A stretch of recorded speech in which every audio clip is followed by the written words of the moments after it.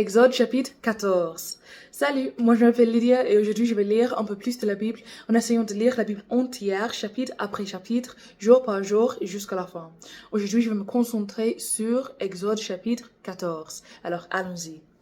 Les Égyptiens poursuivent les Israélites.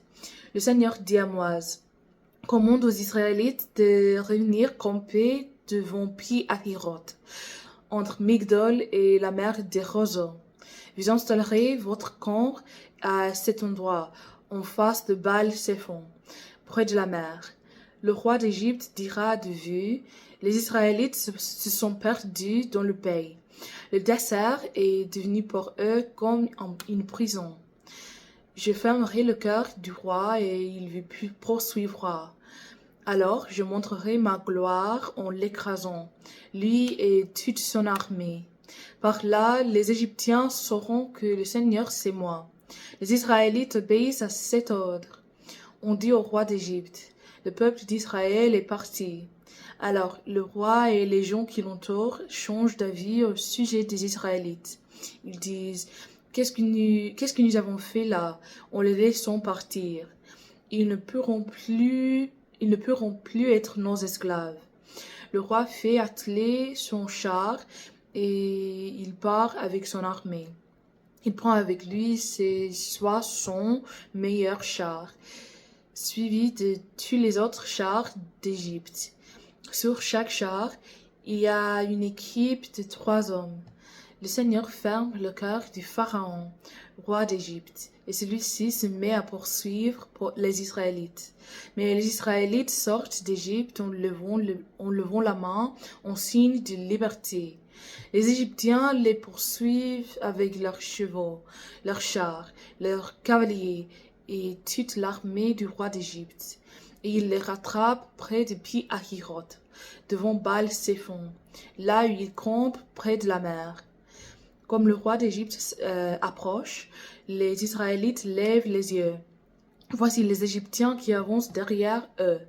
Ils ont très peur. Ils se mettent à appeler le Seigneur avec force et ils disent à Moïse, tu nous as amenés ici dans le désert pour nous faire mourir. Pourquoi donc? Est-ce qu'il n'y avait pas assez de tombes en Égypte? Pourquoi est-ce que tu nous as fait sortir de ce pays?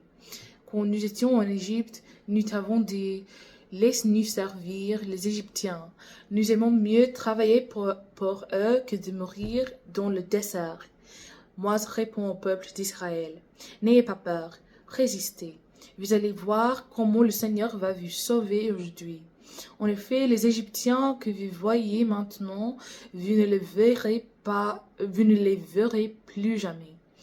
Le Seigneur va combattre à votre place, et vous n'aurez rien à faire. Dieu ouvre un passage à travers la mer. Le Seigneur dit à Moïse, pourquoi est-ce que tu m'appelles au secours? Dis aux Israélites de se remettre en marche. Toi, prends ton bâton et lève-le sur la mer. Ouvre ainsi un passage pour que les Israélites avancent au milieu de la mer sur un chemin sec. Et moi, je fermerai le cœur des Égyptiens pour qu'ils vous suivent dans la mer. Mais je montrerai ma gloire en écrasant le roi d'Égypte et toute son armée, ses chars et ses cavaliers.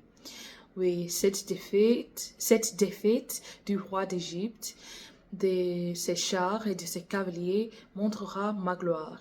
Ainsi les Égyptiens sauront que le Seigneur c'est moi.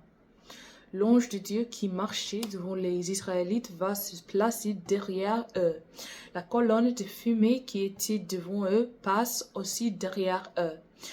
Et il vient se placer entre le camp des Égyptiens et le camp des Israélites. Oui.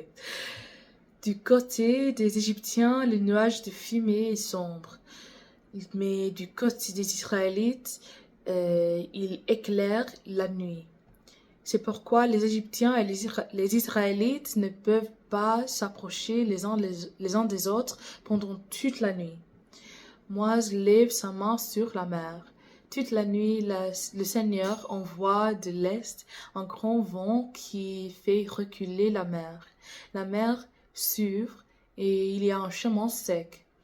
les Israélites avancent sur le chemin sec au milieu de la mer.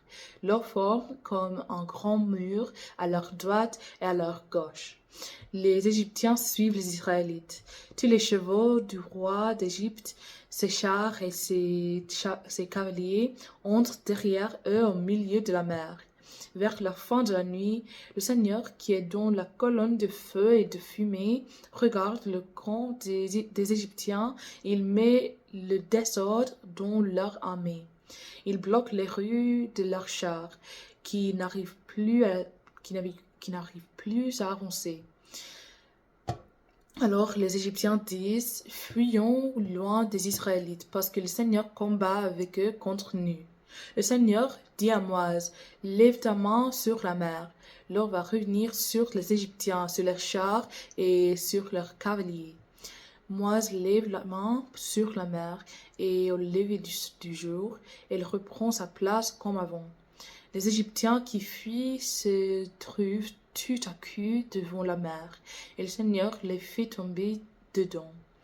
L'eau arrive sur les chars, les cavaliers et sur toute l'armée du roi d'Égypte. Tous ceux qui sont entrés dans la mer derrière les Israélites se noient. Mais les Israélites ont traversé la mer sur un chemin sec. L'eau a formé comme un grand mur à leur droite et à leur gauche. Ce jour-là, le Seigneur sauve les Israélites du pouvoir des Égyptiens. Les Israélites voient les corps des Égyptiens au bord de la mer. Les Israélites voient que le Seigneur a agi avec puissance contre les Égyptiens. Alors, ils reconnaissent que le Seigneur est grand. Ils mettent leur confiance en lui et en Moïse, son serviteur. Alors, merci de m'avoir écouté aujourd'hui et de lire la Bible avec moi et aussi de supporter mon accent, ma prononciation, ma vitesse et mes erreurs. De toute façon, merci et que Dieu vous bénisse beaucoup aujourd'hui et demain. Et j'espère vous voir demain. Également, si vous voulez regarder ces vidéos en bon ordre, en ordre qui est plus facile à naviguer, je pense, vous en pouvez regarder sur mon chaîne YouTube qui est liée dans mon bio TikTok.